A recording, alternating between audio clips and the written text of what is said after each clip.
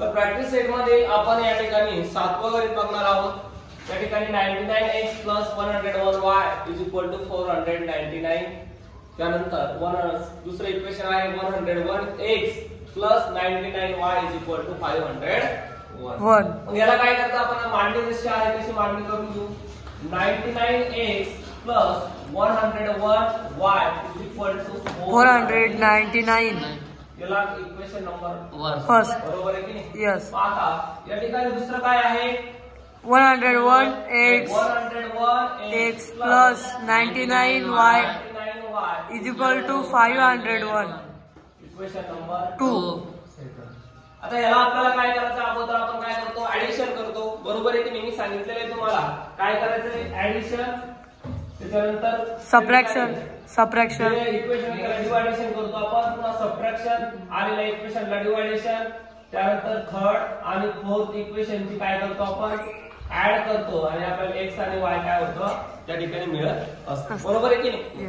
मग आता याच पद्धतीने काय होणार आहे 99 आणि 101 जर आपण ऍड केला किती होतात 200 200x 200y = 1000 याला आपण काय करू शकतो डिवाइडेड होऊ शकतं की नाही? यस 200 ने डिवाइड होऊ शकतं। मग या ठिकाणी करू आपण याला divided by 200 two equation by कितीने 200 200 वजा 200 200 वजा 200 200 5 चा किती 1000 मग काय आलं इक्वेशन काय मिळालं आपल्याला x + y = 5 किती इक्वेशन मिळालं तिसरं थर्ड नंबर इक्वेशन बरोबर तिसरं equation yes.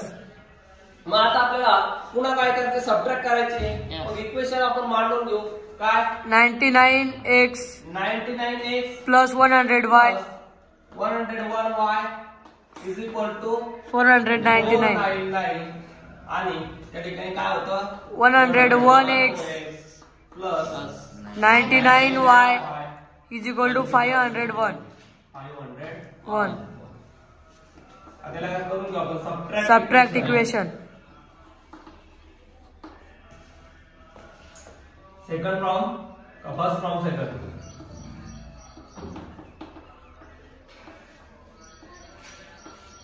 Second from first.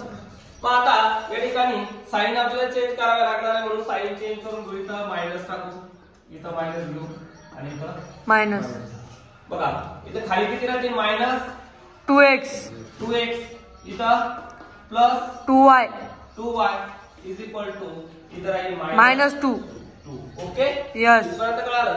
मग आता काय येणार आहे डिवाइडेड बाय 2 होईल म्हणून करू आपण divided two equation by 2 divided equation equation by 2 बघा 2 × 2 2 × 2 2 × 2 म्हणजे आपल्याकडे काय मिळालं आपल्याला -x + y = -1 इथं इक्वेशन मिळालं तिसरं फोर्थ नंबर तिसरा नाही फोर्थ नंबर।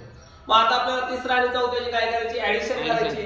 मग आता तिसऱ्या आणि चौथ्याची ऍडिशन करताना तिसरं इक्वेशन काय आहे x + y = 5 आणि minus x + y = -1 okay yes आता काय होणार आहे x कॅन्सल झाले राहिलं काय y + y 2y 5 मधून 1 गेला खाली किती राहते 4 म्हणजे y = 4/2 2 2 to the 4 म्हणजे y ची व्हॅल्यू किती मिळाली 2। मग या ठिकाणी आपण घेऊ शकतो x किती x आणि y काय x आणि y मग x किती मिळाला आपल्याकडे x आपल्याला मिळालेला आहे किती आहे सॉरी x नाही मिळाला x सॉरी x शोधायचे आपल्याला बघा मग आता काय करावं लागेल याला put y = 2 in equation third। मग बघा आता काय करतो आपण की या ठिकाणी x + y = 5 मग आता x च्या जागेवर नाही x भेटलेलं नाही x + y किती भेटलं आपल्याला 2 2 + 5 बरोबर। मग आता x बरोबर x च्या समोर इज इक्वल टू देऊ. मग काय येईल 5 मायनस 2. x ची व्हॅल्यू काय मिळाली आपल्याला 3 मिळाली. म्हणजे x पण मिळाला आता आणि y पण मिळाला. मग या ठिकाणी आपल्याला काय x आणि y मिळाले बरोबर. Yes. आणि Y. x किती मिळाला 3 आणि y किती मिळाला 2. This is the Solution of this equation. Solution of This equation.